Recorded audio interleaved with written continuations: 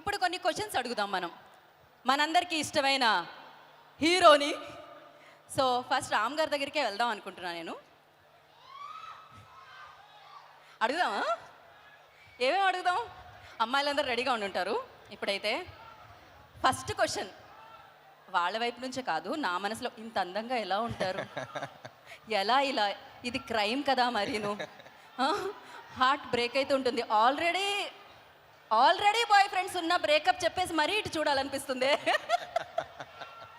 Okay, so yeah, అది నిజం, అది కాంప్లిమెంట్. క్వశ్చన్ ఏంటి అంటే, ఇప్పుడు ఏంటి అరుస్తున్నారు? అమ్మాయిల నుంచి అరుపులు వస్తున్నట్టున్నాయి అక్కడ. క్వశ్చన్ ఏంటంటే, ఉస్తాద్ ఇస్మార్ట్ శంకర్ మాకు తెలుసు, కానీ డబుల్ ఇస్మార్ట్ ఎలా ఉండబోతున్నాడు? ఏదైనా కనిపించినట్టు చెప్పనట్టు అలా ఒక హింట్ ఏమన్నా ఇస్తారని. కనిపించినట్టు చెప్పనట్టు చెప్పడమే థియేట్రికల్ ట్రైలర్. ఏదో ఒకటి. డబుల్ ఇస్మార్ట్లో రామ్ పోతినేని గారికి నచ్చింది ఏంటి? ఆ క్యారెక్టర్ అండి. నాకు ఫస్ట్ నుంచి ఆ క్యారెక్టర్ అంటే నాకు చిన్న కిక్ ఉంటుంది. While watching it on screen, while playing it. నాకు ఇస్మార్ట్ శంకర్ చేస్తున్నప్పుడు కూడా even before people watched it, ఆ క్యారెక్టర్ ప్లే చేయడంలోనే ఒక కిక్ వచ్చింది. I think that's what reflected on screen. నేను అంత ఎంజాయ్ చేశాను కాబట్టి ఆడియన్స్ అంత ఎంజాయ్ చేయగలిగారు అనిపించింది. So I think that's getting back to that was very interesting.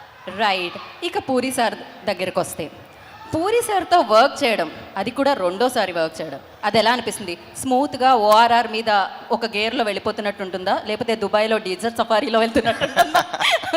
How it feels? Puri గారితో లాస్ట్ టైమే చెప్పాను, అది వేరే కిక్ అది ఆయనతో చేయటం. అంతే కదా. I think it's very smooth sailing boat అనిపిస్తుంది. అంటే చుట్టుపక్కల ఎంత పెద్ద పెద్ద వేవ్స్ ఉన్నా సరే ఆయన బోట్లో కూర్చుంటే చాలా స్మూత్గా వెళ్ళిపోతూ ఉంటాం.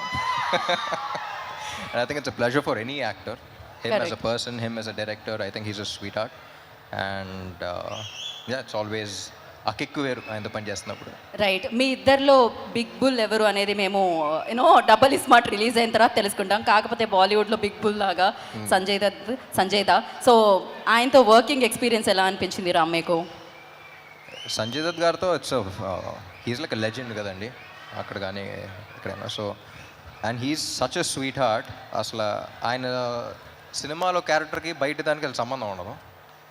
And the way he treats people కానీ, అంటే బయటికి తీసుకెళ్తున్నప్పుడు మొత్తం ఆయన చేతికి వదిలేయాలి. లైక్ ఫర్ ఎగ్జాంపుల్ ఒకసారి రెస్టారెంట్ తీసుకెళ్లారు, ఆయన కొంచెం 5 minutes లేట్ అయితే మొత్తం ఆర్డర్ చేస్తే ఉన్న ఆర్డర్స్ అన్నీ అసలు ఏంటిది అని చెప్పేసి మొత్తం ఒక రెస్టారెంట్ జనరలీ మెనూ కార్డ్ చూసి ఒకటి పెడతాం, ఆయన ఒక మెనూ కార్డ్ ఆర్డర్ చేస్తారనమాట.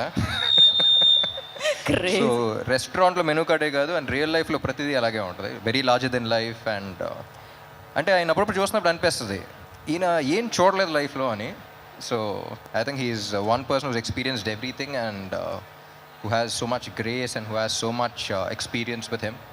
And yeah, it's always an honor working with him. And the final question ఒకటి, అదేంటి అంటే, ఇప్పుడు మేము చూసాం ఇస్మార్ట్ శంకర్లో ఒక చిప్ వేయడం అది జరుగుతూ ఉంటుంది, డబుల్ యాక్షన్ కనిపిస్తూ ఉంటుంది.